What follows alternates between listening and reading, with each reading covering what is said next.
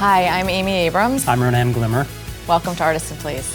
The market is sort of designed to be a multi-sensory experience. It is so dynamic. It's always changing. This is one of our 5 locations. We're a home to 50 small businesses at any given time. You'll find vintage clothing, photography, and art, and ceramics, and jewelry, and all different styles, tastes, price points. You might turn around and see something that catches your eye that you can't live without, and I think that that's what's just really magical about the discovery that we try to foster in our marketplaces.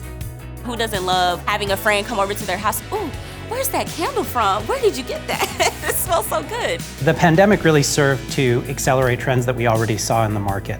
When we contemplated what it would take to reopen safely, the PayPal QR code transactions was in many ways the standard bearer of what would allow for shoppers to feel comfortable in this new retail reality. It's a completely seamless experience for the merchants, allowing them to focus on what it is that they create and make, and also for the shoppers, the reassurance that they're using a safe payment system. It couldn't have been easier.